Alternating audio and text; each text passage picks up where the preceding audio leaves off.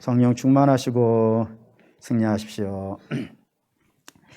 여러분들 생각에 관한 광고 하나만 더 하겠습니다. 공명한 집사님이 지난주에 어머니 소천하셔가지고 장례 치르셨는데 오늘 예배 참석하셨습니다. 위로로 인사하시면은 위로의 박수 한번 쳐주시기 바랍니다. 네. 네. 여러분 생각에 세상 끝에는 어떤 일이 있을 거라고 생각이 되십니까?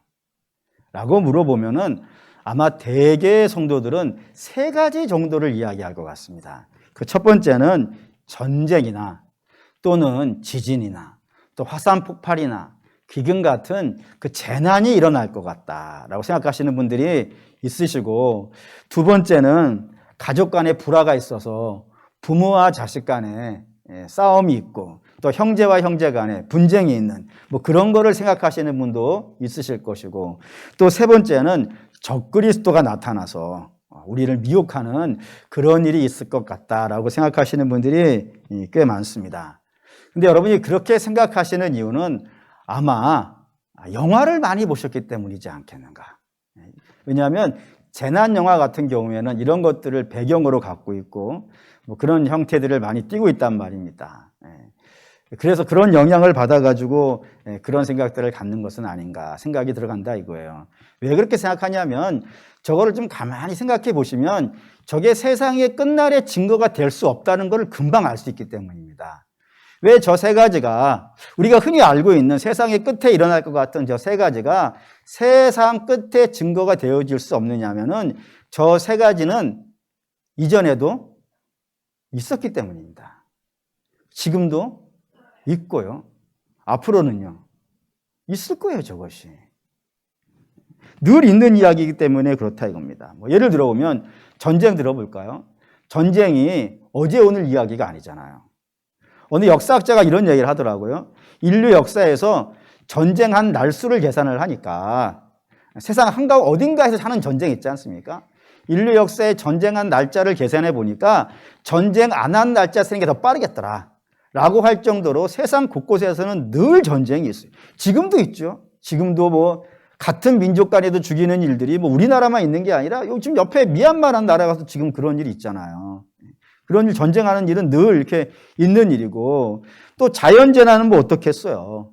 예를 들어 지진 같은 경우에 몇 년쯤 지났는데 그 인도네시아 앞바다에서 해저에서 지진이 나가지고 쓰나미가 일어나가지고 말이죠. 인도네시아를 거의 뭐 크게 파괴해버렸던 것 우리가 또 알고도 있고, 또 인도네시아까지 멀리 가지 않더라도 일본 이웃에서 일본인데 일본에도 후쿠시마 대지진이 있어가지고 뭐 원전이 막 무너지고, 그래서 그 피해가 지금까지도 해결이 안 되어지는 그런 상황을 우리가 늘 보고 있는 일이라 이겁니다. 뭐 화산도 지금 뭐 터지는데 여러 군데 있고요.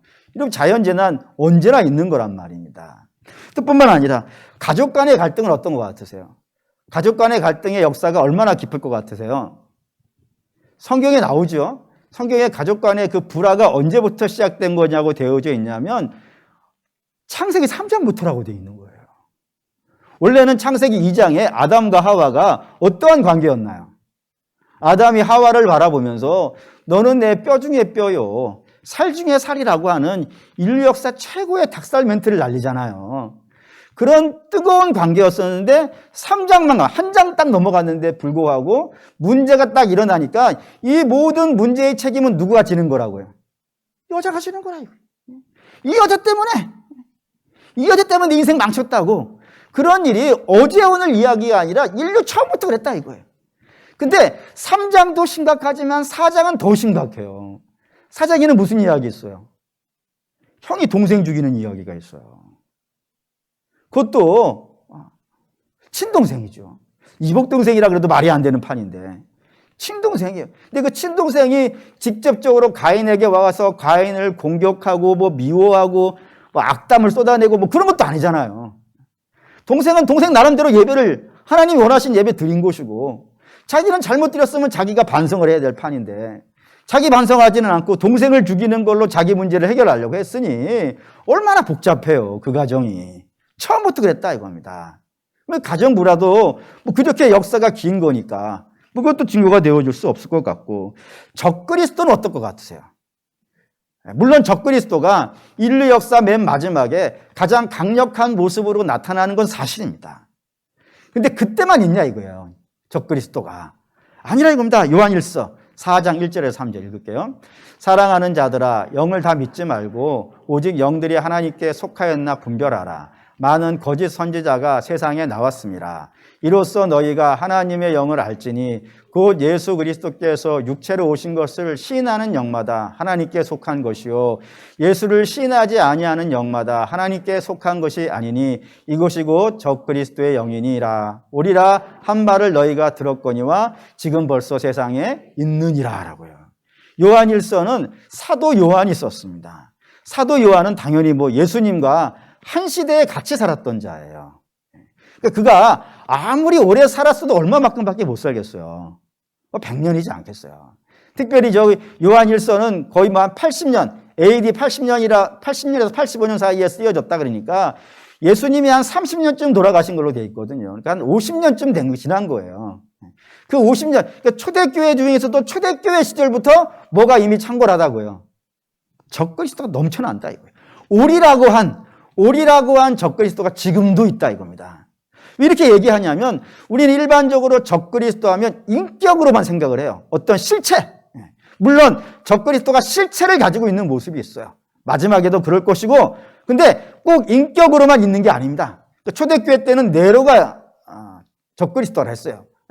그러니까 인격으로도 물론 그런 식으로 존재하기도 하지만 인격만이 아니라 세력일 수도 있고 사상일 수도 있고 단체일 수도 있고 학문일 수도 있고 국가일 수도 있다 이거예요. 다 뭐냐면은 예수 그리스도에 대해서 반대하는 그 모든 것은요. 예수 그리스도가 하나님께로부터 왔다라고 하는 오직 우리 주만이 하나님이시라는 그 사실을 부인하고 그 사실을 믿는 것을 방해하는 모든 것은요. 다 성경은 적그리스도라 그런단 말이에요. 그런 관점에서 보면은 이 땅의 적그리스도는 늘 등장하는 거예요. 예수님 이 땅에 오실 때부터 그분을 반대하는 모든 자나 모든 세력이나 모든 사상은 성경은 다 적그리스도라 그런다 이겁니다. 그렇기 때문에 전쟁이나 이런 재난도 그리고 가정 간의 불화도 그리고 또 적그리스도 이런 것도 종말에 있을 증거라고 보기에는요 문제가 있다 이겁니다. 그럼 저것은 종말에 대한 증거가 아니라 뭘까요? 저건 죄에 대한 증거예요. 죄가 있기 전에는 처음 세상이 만들어졌을 때는 저런 것이 없었어요. 하지만 죄가 이 땅에 들어온 다음부터는요. 재난도 있고 전쟁도 있고 그리고 불화도 있고 적그리스도도 나타나고 그런 일들이 나타난다 이겁니다. 그런 이제 내용인데 어쨌든 우리가 저게 종말에 대한 증거가 아닌데도 불구하고 왜 우리가 세상 끝 하면은 자꾸 저런 것들이 세상의 끝의 증거일 것이다 라고 하는 생각을 갖게 되었을까요? 그런 질문을 가지고 오늘 본문을 들어가 보도록 하겠습니다. 우선 이 종말에 대한 예언이 어떻게 등장하게 되었는지를 먼저 확인을 할게요. 마태복음 23장 38절입니다. 마태복음 23장 38절 읽겠습니다. 보라 너희 집이 황폐하여 버려진 바 되리라. 23장에 예수님께서 그 당시에 예루살렘에 있는 바리새인과 서기관 그리고 그 땅에 있는 모든 불신자들을 향하여서 책망을 쭉 해오셨어요. 화 있을진저라고 하시면서 쭉 책망을 해오시다가 맨 마지막에 뭐라 그러셨냐면 보라 너희 집이 어디겠어요? 예루살렘이에요. 예루살렘이 황폐해지고 버린 바 될 것이다 라고 공개적으로 말씀을 하신 거예요. 예언을 하신 거예요. 그러자 제자들이 이 말씀을 듣고 겁이 난 거겠죠. 두렵기도 하겠죠. 망한다 그랬으니까. 그래서 저 두려움 때문이기도 하고 또 저 마지막 세대에 대한 궁금증, 호기심 이런 것들이 발동하여서 예수님이 좀 한가한 시간에 예수님께 가서 질문을 합니다. 질문도 보시죠. 24장 3절 읽겠습니다. 예수께서 감람산 위에 앉아 있으실 때에 제자들이 조용히 와서 이르되 우리에게 이르소서 어느 때에 이런 일이 있겠사오며 또 주의 임하심과 세상 끝에는 무슨 징조가 있사오리까? 제자들이 조용히 와서 물은 거예요. 물을 때 저게 한 문장으로 되어 있어가지고 마치 질문이 하나처럼 보일 수 있지만 자세히 뜯어보면은요, 질문이 두 개가 들어있어요. 질문이 두 개가. 하나는 뭐냐면, 이런 일이 언제 일어나는 거예요. 이런 일이라는 것은 예루살렘 멸망이에요. 그러니까 예루살렘 멸망이 언제 일어나겠는가라는 것이 첫 번째 질문이고, 두 번째 질문은 주의 임하심과 세상 끝에는 어떠한 징조가 있겠습니까? 라고 하면서 종말에 대한 이야기를 물어본 거예요. 이 두 개를 따로따로 물어본 거예요, 사실은. 근데 유대인은 저걸 하나로 묶은 거예요, 지금. 왜요? 유대인들의 개념에는 예루살렘의 멸망 이꼬르 세상의 멸망이기 때문에 그렇습니다. 이런 구조를 가지고 있어요. 왜 생각에 저런 구조를 가지고 있냐면 이유가 하나가 있습니다. 뭐 때문이냐면 예루살렘에 뭐가 있으니까요. 예루살렘에 성전이 있는 거예요. 성전에는 누가 계시는 거예요? 하나님이 계시는 거예요. 유대인의 생각을 말씀드리는 거예요. 성전이 있고 그 성전에는 하나님이 계세요. 그러니까 예루살렘은 하나님이 거하시는 집이에요. 그 집을 누가 지키겠어요? 여러분 집은 누가 지켜드릴까요? 뭐 제가 가서 지킬 수는 없지 않습니까? 여러분이 지켜야 되지 않겠어요? 그러니까 하나님의 집이 있는 곳이니까 그 예루살렘 성은 하나님이 지키신다라고 생각을 했어요. 그러니 망할 수 있겠습니까? 없겠습니까? 망할 수 없다고 생각한 거예요. 세상은 망할 수 있어요. 하나님이 지키는 곳이 아닐 수도 있으니까. 세상은 망할 수 있지만 예루살렘은 하나님이 지키시는 곳이라 망하지 않는다고 생각한 거예요. 그런데 그런 하나님이 지키시는 이 예루살렘도 망해야 될 일이 생긴다 그러면 세상은 어떻겠어요? 그럼 더 망해야겠지. 안 그렇습니까? 아니, 세상은 망해도 예루살렘은 안 망한다면서요. 그 반대로 예루살렘이 망할 정도면 세상은 어떻게 돼야 되겠어요? 그 끝장나야 되는 것 아니겠어요? 그렇기 때문에 유대인의 관점에서는 세상은 망해도 예루살렘은 안 망하지만 예루살렘이 망하면 세상도 망한다라는 개념을 갖고 있단 말이에요. 그래서 세상 망하는 것과 예루살렘 망하는 것은 동급으로 취급을 한다 이겁니다. 그래서 물어본 거예요. 예루살렘 망하면 세상 망하는 거니까 어떻게 되겠느냐라고 물어본 거예요. 그러자 주님이 24장에 그걸 두 개로 나눠버리신 거예요, 지금. 예루살렘 망하는 것 따로, 세상 끝나는 것 따로, 이 두 개로 나눠버리셨다 이겁니다. 어떻게 나누셨냐면 4절에서부터 35절이 예루살렘 망하는 이야기입니다. 예루살렘 멸망에 관련된 이야기입니다. AD 70년이라고 되어 있습니다. AD 70년, 예수님 십자가에서 죽으시고 나서 35년에서 40년쯤 지난 다음에 그 땅에 망함이 있을 거예요. 임박한 진노라 그럽니다. 임박한 진노가 예루살렘에 임하게 되어질 겁니다. 로마의 반기를 들었을 때 그때 예루살렘이 로마의 반기를 들자 로마가 팍스 로마나라고 들어보셨죠? 로마의 말을 잘 들으면 아무 문제 없지만 로마의 반기를 들면 가만히 두지 않는다. 그게 팍스 로마나인데 반기를 들자마자 티투스라고 하는 장군이 군대를 거느리고 파견을 나옵니다. 이 티투스는 앞으로 로마의 황제가 될 사람입니다. 굉장히 높은 가문이고 유력 가문의 차기 대선 후보라고 생각하시면 될 것 같아요. 그런 사람이 이 군대를 끌고 왔으니까 일을 잘해냈겠어요? 못했겠어요? 아니 차기 대권 후보라니까요. 일을 잘해야 돼요. 그래서 완전히 이 티투스 장군에 의해서 예루살렘이 절단나요. 돌 위에 돌이 얹혀지지 않을 정도로 거의 모든 것이 다 무너질 정도로 다 부서지는 일이 이 장군에 의해서 발생이 되어진다 이겁니다. 그게 심판이었어요. 그래서 그것이 34절 보시면 이렇게 되어 있습니다. 읽을게요. 내가 진실로 너희에게 말하노니 이 세대가 지나가기 전에 이 일이 다 일어나리라. 이거 금방 일어난다 이거예요. 이 세대가 지나가기 전에 이 예루살렘 심판은 반드시 일어날 거예요. 근데 이 예루살렘 심판이 세상 끝은 아니라 이겁니다. 8절.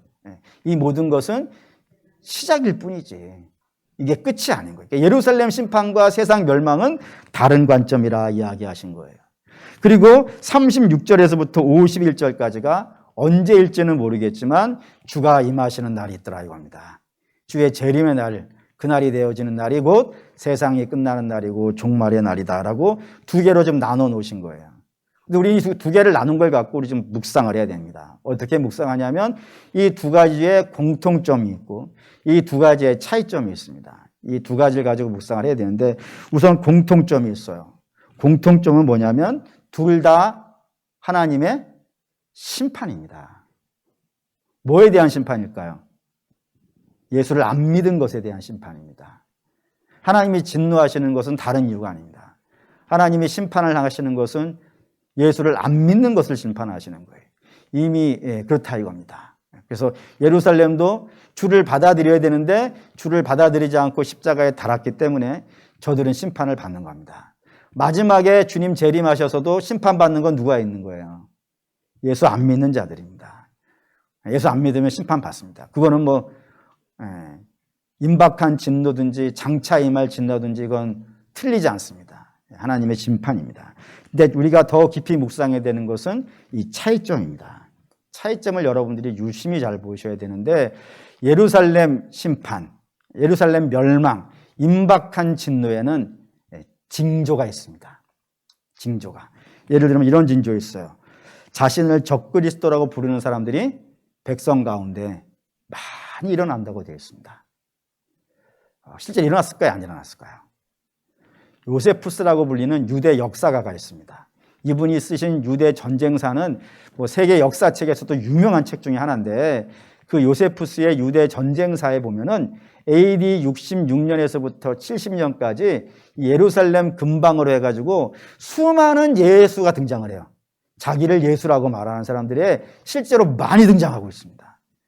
그런 일이 있다라고 되어져 있고 난리와 난리가 그런 소문들이 횡행할 것이다라고 되어 있는데 역시 요세푸스의 역사책을 보면은 이 로마가 침공해 오기 직전까지 이 예루살렘 주변에 수많은 살생들의 이야기가 있어요.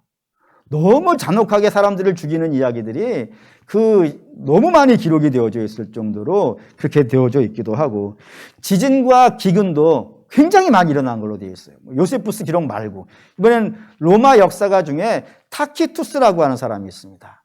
그 사람이 쓴 역사책에도 예루살렘 멸망하기 직전까지 이 중동 지방에 수많은 지진들이 있었다고 기록을 해놨단 말입니다.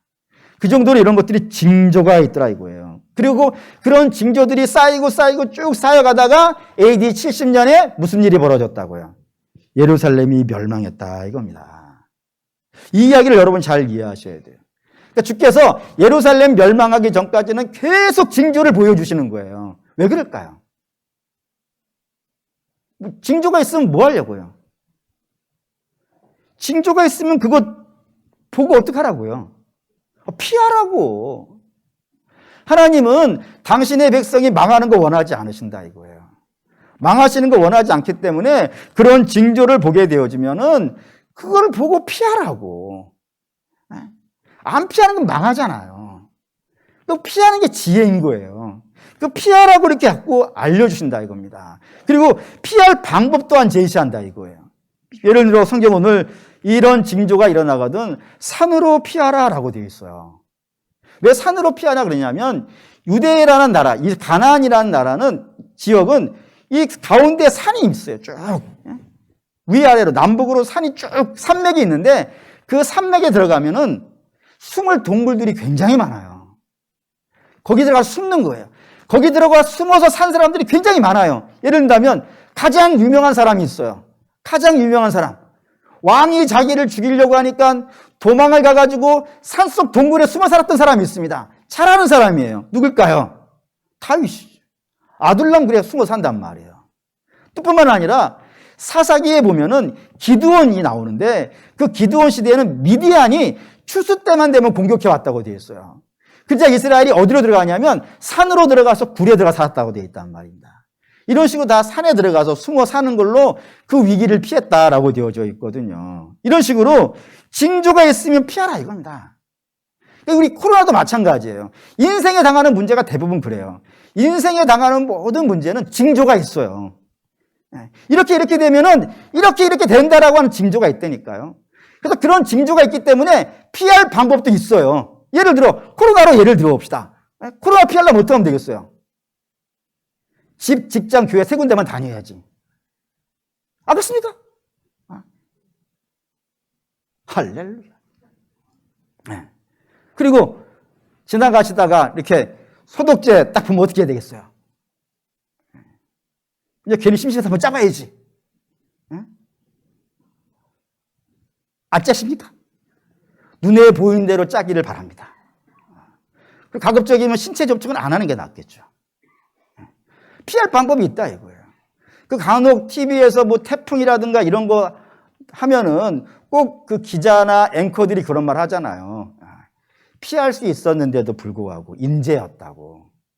피할 길이 있다. 인생의 문제는 증거가 많다 이거예요. 징조가 있고 그런 징조를 잘 살펴가지고 그거를 피하는 것이 지혜라 이거예요.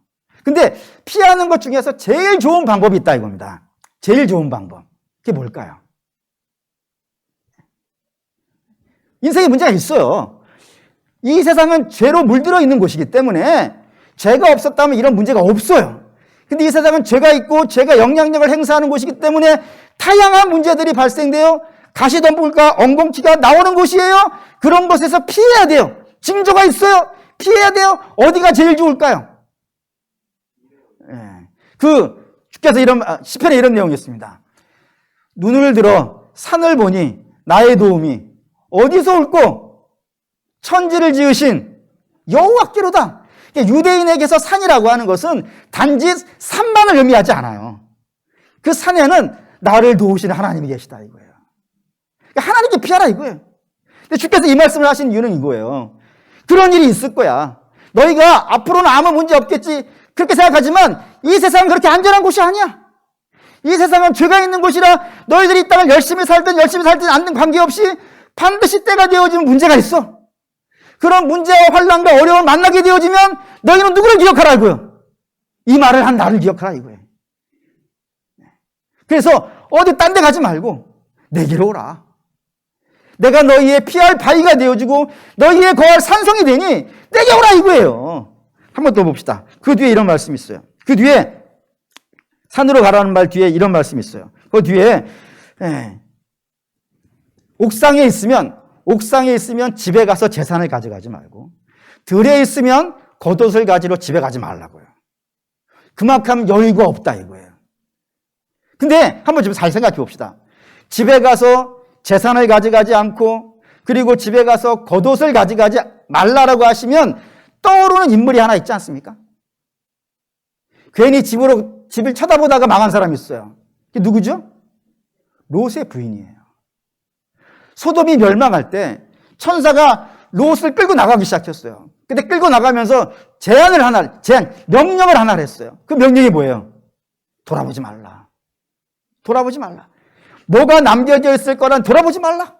근데 그 롯의 부인이 그거를 쳐다보다가요. 소금 기둥이 돼버렸다 이거예요. 그거를 주께서 그대로 가져오신 거예요.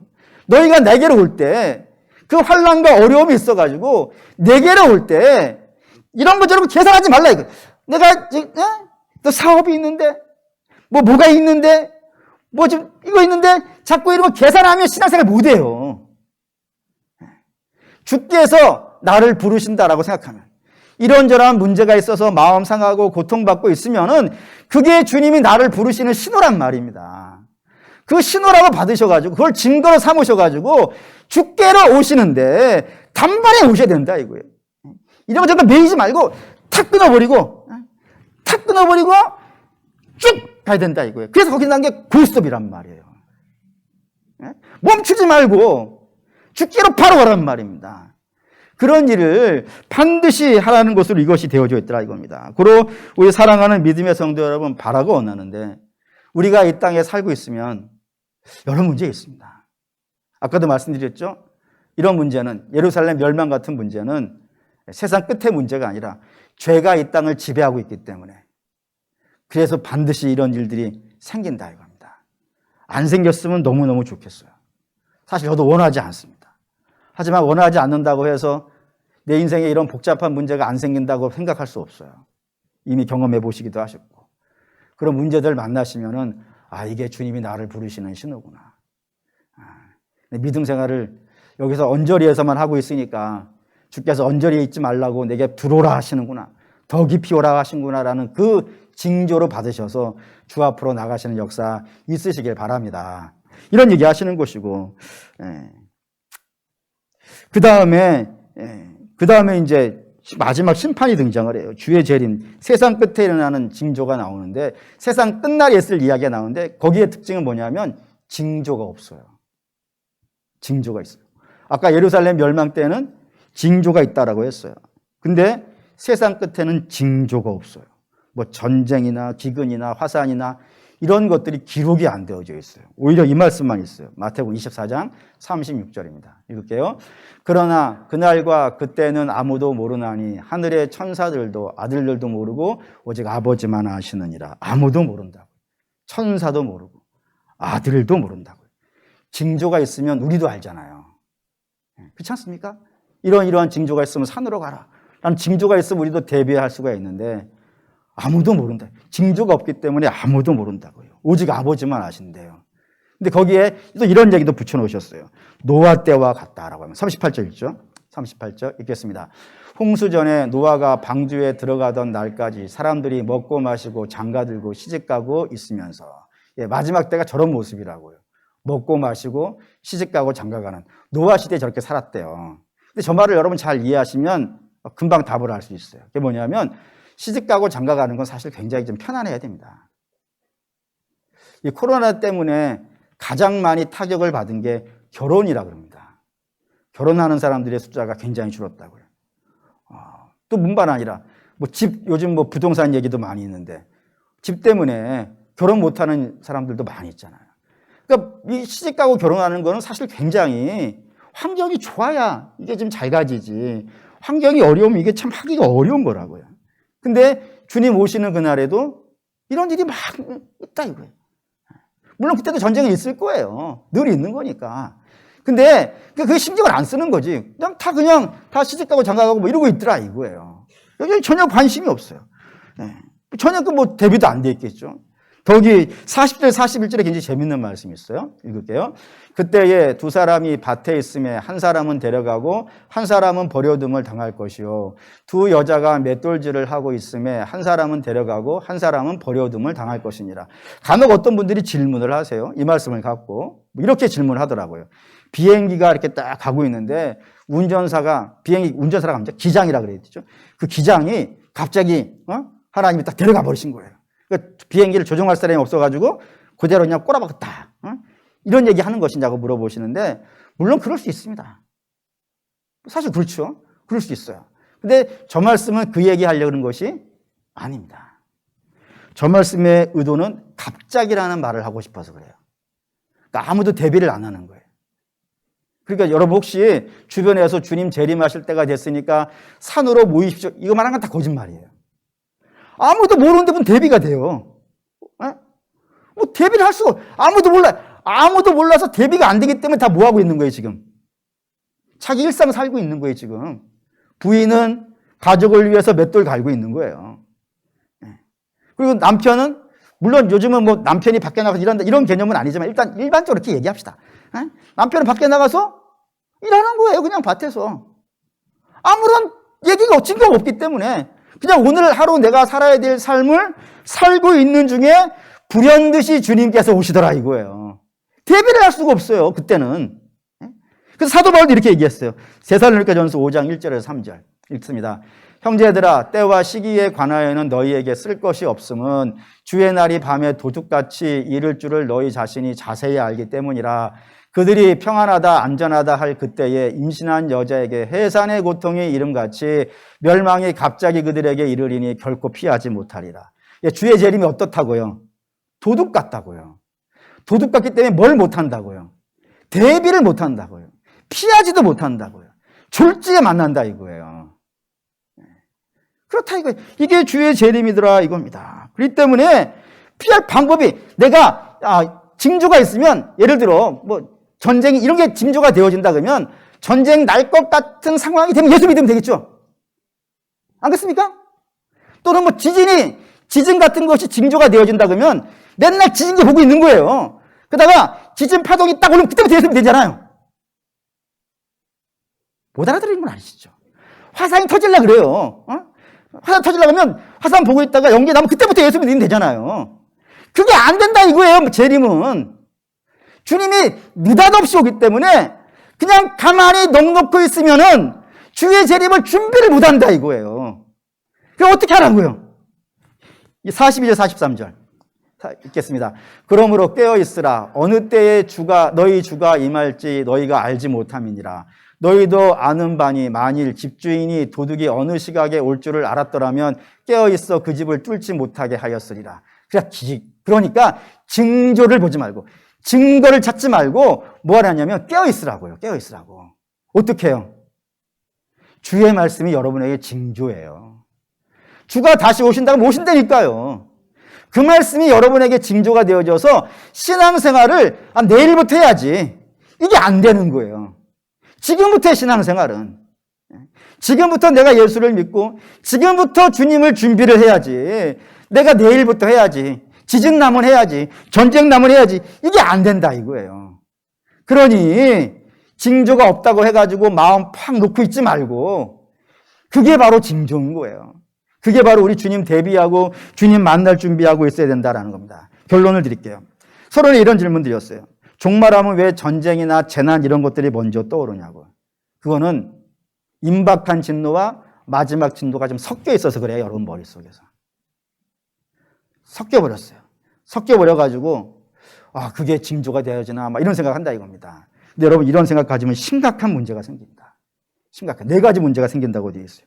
첫 번째는 주의 재림이 전쟁과 기근에 동반되어져서 온다 그러면은 우리는 주의 재림이 굉장히 겁나요.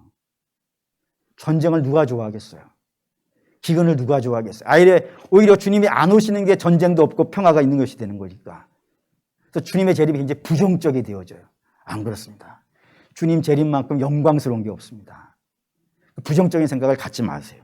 두 번째 잘못된 것은 증거를 찾으니까 유사한 증거만 나타나도 불안해 죽겠어요.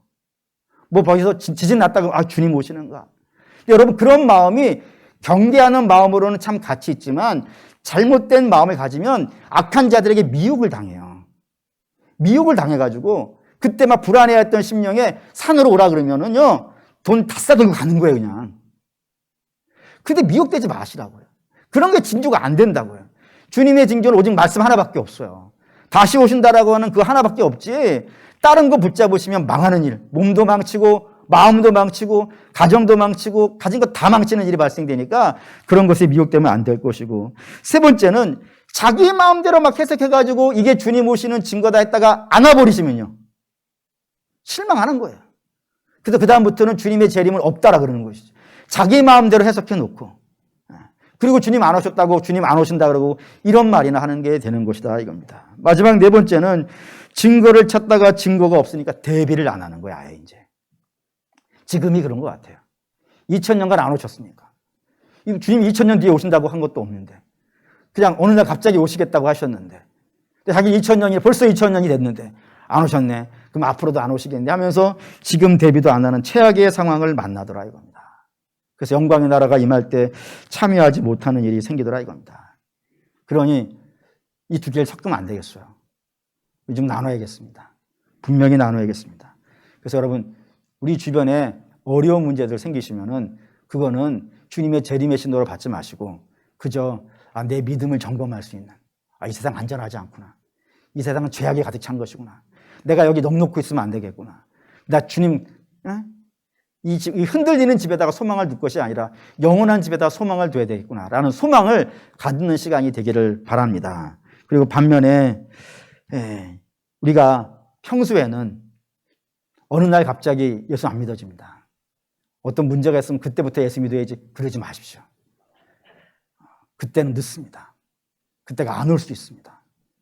항상 주님을 어떻게 준비하냐면 오늘 밤에 만날 준비하십시오. 오늘 저녁에 주님 만날 날입니다. 내일은 없습니다. 그러니 항상 깨어서 항상 주님 만날 준비를 하면서 이 땅을 살아가는 건 그게 성도의 자세입니다. 미래를 준비하는 성도의 자세입니다. 바라고 원하는데 우리 사랑 성도 여러분들이 임박한 진노와 주님의 재림을 잘 구별하셔가지고 임박한 진노는 잘 대비하십시오. 증거를 가지고 잘 대비하시고 그리고 주님 다시 오시면 여러분들이 매일매일 신앙으로 준비해 가시는 저 여러분 되시기를 주의 이름으로 축원하고 부탁드립니다. 아멘.